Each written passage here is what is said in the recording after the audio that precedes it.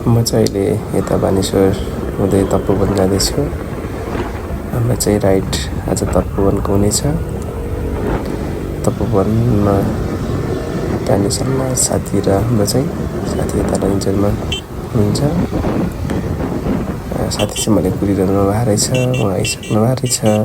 Sir पनि विपिनजी भेटिसकेँ। विपिनजी र विपिनजीको Mrs हुनुहुँदो रहेछ। म्याम पनि आइसकेको छ आज चाहिँ। र अब एकजना साथी भेट्नु छ हामीले, प्रकाश सर पनि यति आइसक्नु भएको छ भन्ने खबर छ।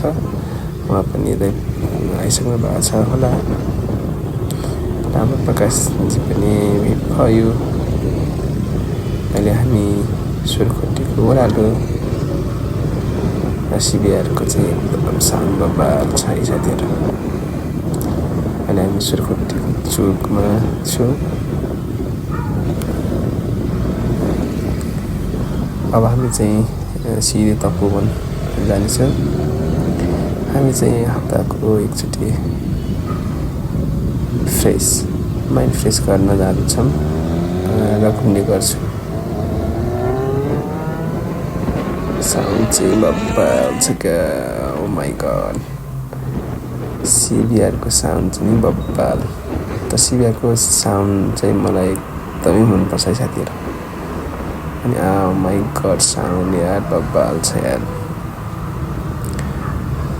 सिबिआरको पुच्छर पनि बब्बाल लाग्छ यार। सिबिआर 2टा सिबिआर छ।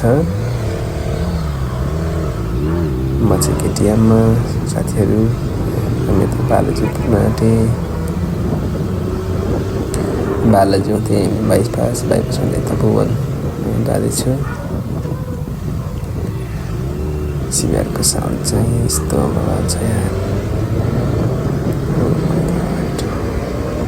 यति दामी यति दामी। विपिनजी र प्रकाश सर चाहिँ अगाडि हुनुहुन्छ। हामी त बालाजुको चोकमा आइपुग्यौँ। विपिन सरको मिसेस हुनुहुन्छ। एउटा सिबिआरमा चाहिँ प्रकाश सर हुन्छ। साउन्ड बा यार कस्तो दामी साउन्ड सुन्नु मन लाग्यो क्या। साउन्डको त बब्बाले हुने यार। सिबिआरको साउन्ड त यार सुनिरहनु मन लाग्ने क्या। ओ माई गड साउन्ड यार बब्बाल यार साउन्ड यार। यति धेरै फिदा क्या साउन्ड यार। हामीसित बाइपास पुगिसके 22 धारा चाहिँ 22 धारा गाइज। अब हामी बाइपासको चोकमा पुग्ने आँटेँ। त्यसपछि तपोवनको लगभग सुरुवात भयो। तपोवनको बाटो बब्बाल छ यार। ओ माई गड साउन्ड पनि त्यस्तै छ क्या यार। सिबिआरको साउन्ड यति धेरै मिठो क्या। साथीहरू हामी चाहिँ यता तपोवनको बाटो जाँदैछौँ। विपिनजी अगाडि बढौँ। विपिन सरको म्याम चाहिँ मिसेस चाहिँ यता पछि हुनुहुन्छ। म केटिएममा अझै पछाडि। अगाडि प्रकाश सर जानु भएको छ। ओ माई गड यार क्या बब्बाल यार। साउन्ड पनि त्यति छ। साथीहरू यता चाहिँ टर्निङहरू धेरै छ। त्यो भएर स्पिड नआक्नु होला तपाईँहरू। उहाँहरूले साथीहरू चाहिँ एकदम राइडर हुनुहुन्छ। कन्ट्रोल त गर्नु सक्नु मतलब कन्ट्रोल गर्ने गरेर चाहिँ कुदाउनुहुन्छ। स्पिड कुदाउनु भएको छैन उहाँहरूले पनि। तपाईँले 20-40-50 त्यस्तो कुदाउनु भएको छ।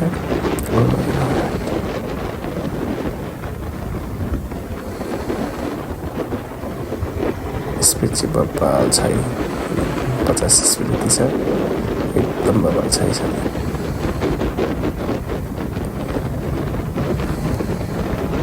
म चाहिँ पछि छु है साथीहरू। म चाहिँ केटिएममा पछि छु।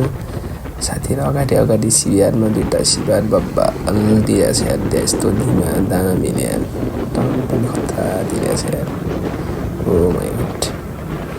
हाम्रो प्रकाश सर हुनुहुन्छ।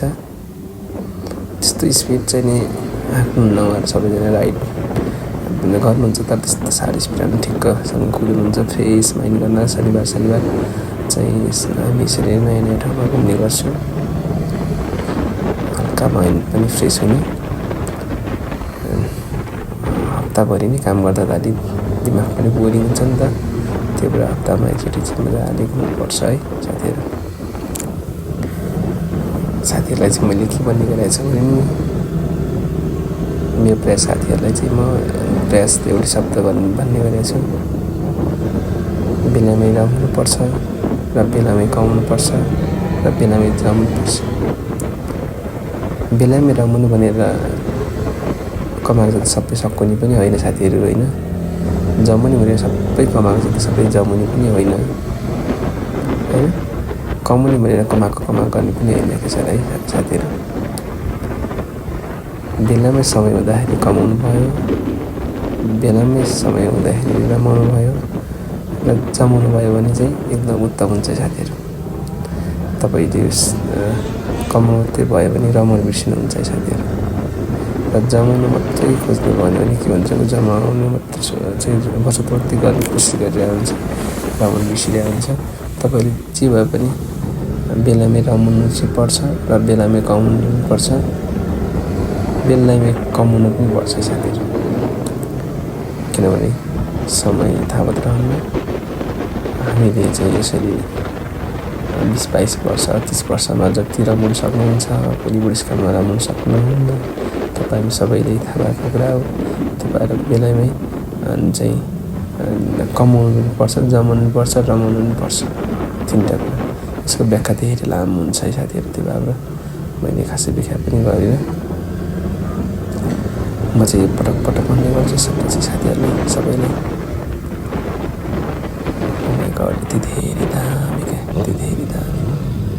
हामी चाहिँ दादा भुवनको ओसोको होटलमा आइसक्यौँ अनि हामी खाजासाजा खायौँ त्यसपछि फेरि फर्किने कोसिस गरिरहेछौँ त हामी हल्का चाहिँ बाइकको साउन्ड अथवा चाहिँ चेक गर्दैछौँ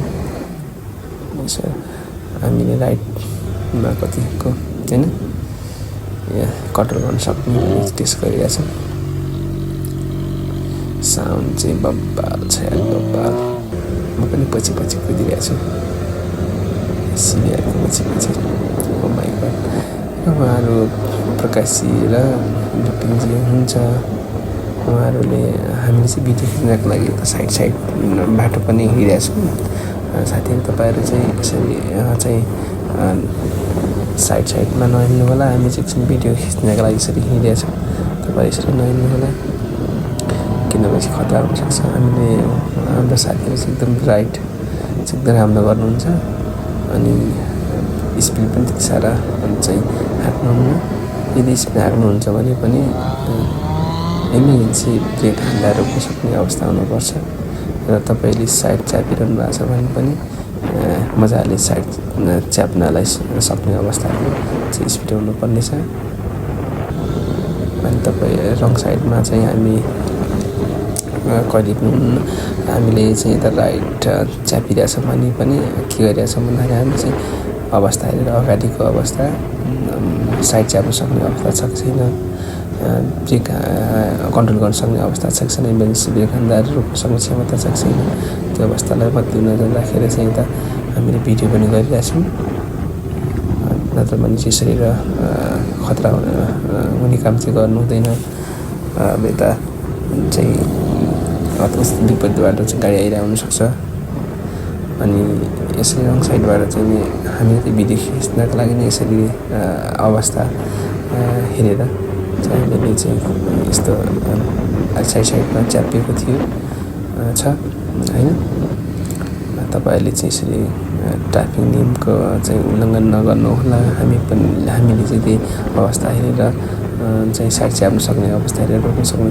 अवस्था हेरेर हामी साइड च्यापिरहेछौँ यो चाहिँ भिडियोको लागि यदि तपाईँहरूले पनि अब यसरी सतर्क भएर चाहिँ भिडियो खिच्नुहुन्छ भने त ठिकै छ तर चलाउँदाखेरि चाहिँ यसरी चाहिँ साइड नच्याप्नु होला हामी चाहिँ बढी जस्तो साइड च्यापेर चाहिँ भिडियो बनाउनको लागि यसो गरिरहेछौँ तर कस्तो अवस्थामा भन्दाखेरि साइड च्याप्यो भने यता आफ्नो साइडतिर आउने अवस्था राखेर र राख्ने क्षमता राखेर र ब्रेक पनि इमर्जेन्सी रोक्न सक्ने अवस्था राखेर चाहिँ हामीले स्पिड पनि त्यो अनुसार कन्ट्रोल गरिरहेछौँ साथीहरूसँग कोर्डिनेसन गरेर होइन। भिडियो खिच्नको लागि यसरी हामी साइड च्यापिरहेछौँ। तपाईँले ओभरटेक गर्दा चाहिँ टर्निङमा ओभरटेक गर्दा चाहिँ अगाडिको गाडी आएको देख्ने अवस्थामा मात्रै टर्निङमा ओभरटेक गर्नु होला। यदि इनकेस तपाईँले चाहिँ टर्निङमा ओभरटेक गर्दाखेरि विपरीतबाट आउने सवारी चाहिँ देख्ने अवस्था छैन भने चाहिँ ओभरटेक नगर्नु होला।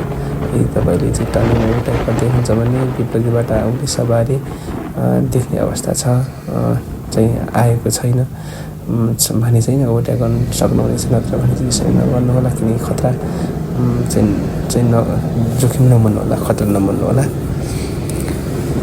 उहाँ चाहिँ मेरो विपिनजी हुनुहुन्छ, विपिन सर हुनुहुन्छ, मेरो जिग्री, मेरो दोस्त होइन, गुड पर्सन।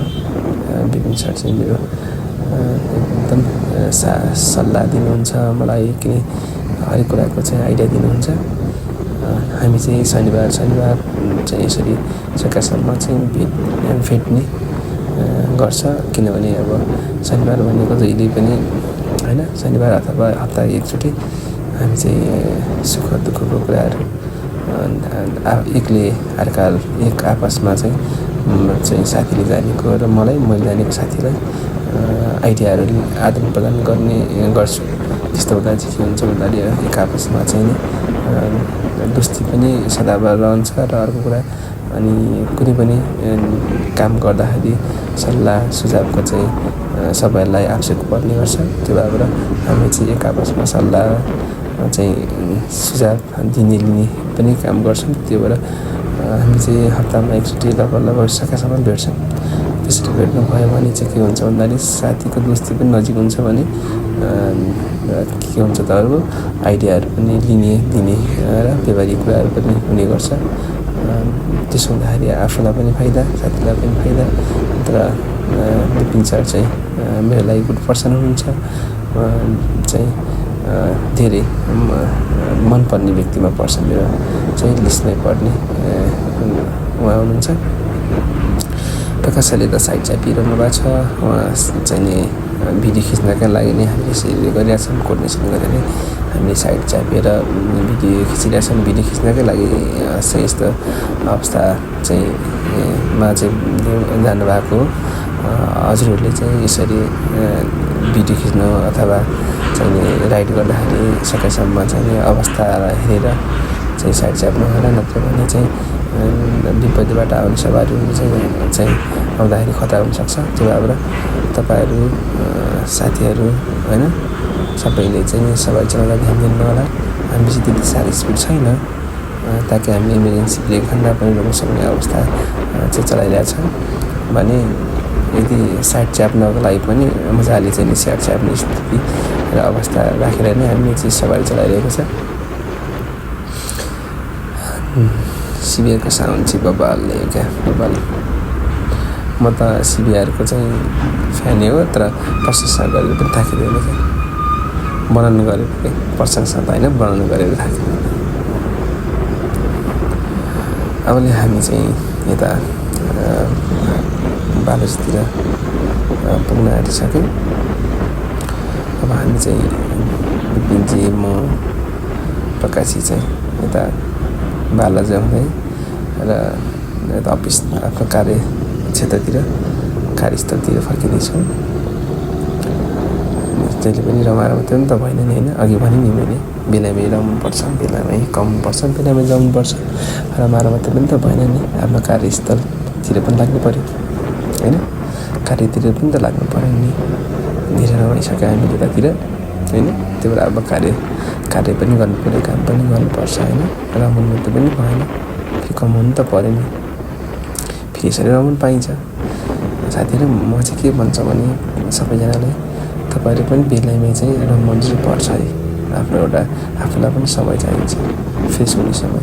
हप्तामा एकचोटि चाहिँ तपाईँहरू पनि मजाले क्या तपाईँले 10,000 कमाछ भने 1,000 त खर्च गर्नुहोस् क्या, कमसेकम त आफ्नो लागि हो नि फ्रेस। 10,000 तपाईँले चाहिँ हप्तामा कमाउँछ भने 1,000 त खर्च गर्नुहोस्, 2,000 खर्च गर्नुहोस्, केही फरक पर्दैन कि छ। किनभने हामीले 10,000 कमाएर 10,000 खर्च गर्नु हुँदैन। तर 1000-2000 खर्च गर्दा खासै केही फरक पर्ने होइन किनभने हामीले खाएको नै पाउने हो रमाएको नपाउने हो भोलि या पर्सि कस्तो देखाएको छ होइन त्यो भएर म चाहिँ प्रायः जस्तो साथीहरूलाई बेलामै कमाउनु पर्छ है बेलामै रमाउनु पनि पर्छ है अनि जमाउनु पनि पर्छ है होइन सबैले कमाएर मात्रै पनि हुँदैन जमाएर मात्रै पनि हुँदैन क्या 1000 रुपियाँ कमाएको छ भने के गर्नु सक्नुपर्छ त हामीले आफूलाई पनि खर्च गर्नुपर्छ नि 1000 रुपियाँ कमाएको छ भने 300 रुपियाँ मैले खर्च गर्दा के फरक परेर 700 जमाउँदा भइहाल्यो नि र 1000मा 1000 जमायो भने चाहिँ के हुन्छ त त्यो कहिले पनि क्या खर्च गर्ने मन लाग्दैन कि 20,000 रुपियाँ तपाईँले वर्षमा कमाउँछ भने 20 लाख कमाउँछ भने पनि 20 लाख जमाउनु मन लाग्छ त्यति साह्रो लोभी पनि हुनुहुन्न है साथीहरू हामी बेलामा कमाउने बेलामा जमाउने बेला रमाउने होइन कमाएर मात्रै पनि भएन होइन जमाएर मात्रै पनि भएन रमाएर मात्रै पनि भएन होइन सबै कुरा हामीले चाहिँ हुनुपर्छ होइन हामी चाहिँ फर्केर कार्यक्षेत्र कार्यथलो होइन कर्मभूमि चाहिँ अफिसतिर फर्किँदैछौँ हामी लगभग लैन्छौँ आइसके होइन लाग्यो होइन टक्क अब चाहिँ फेरि अब साथीहरूसँग बिदा भइन्छ टक्क अफिसमा गइन्छ आफ्नो कार्य गर्नु त पर्यो होइन हाम्रो मात्रै पनि त भएन हामी लैनचौर चोक आइपुगे लैनचौर चोकबाट चाहिँ हामी यता दबामाग हुँदै चाहिँ हुँदै यता अब म पनि यता अफिसतिर लाग्छु साथीहरू पनि अफिसमा लाग्नुहुन्छ साथीहरू पनि म पनि होइन आफ्नै दुःख छ नि पीडा छ नि होइन सबैको पीडा हुन्छ रमाउनु पनि सिक्यो हामीले पनि होइन टक्क अब हामी आफ्नो कार्य क्षेत्रतिर लाग्दैछौँ यता विपिनजी अगाडि हुन्छ र हाम्रो प्रकाश सर पनि अगाडि हुन्छ यता दरबारमा चोक आइपुगे अब हामी चाहिँ यताबाट लगभग छुट्छौँ होला सायद छुट्ने कुरा छ हामी छुट्छौँ यताबाट किनकि रमाएर मात्र पनि त भयो नि साथीहरू यता कमाउनुतिर पनि लाग्नु पऱ्यो नि त होइन रमाइ मात्रै भन्दा बरु भएन यत्तरी होइन जमाएर मात्रै पनि त भएन नि यता कमाउनु पनि पऱ्यो साथी अब हामी यताबाट छुट्छौँ हामी छुट्छौँ यताबाट अब लगभग आफ्नो कार्यस्थलतिर कार्य गर्न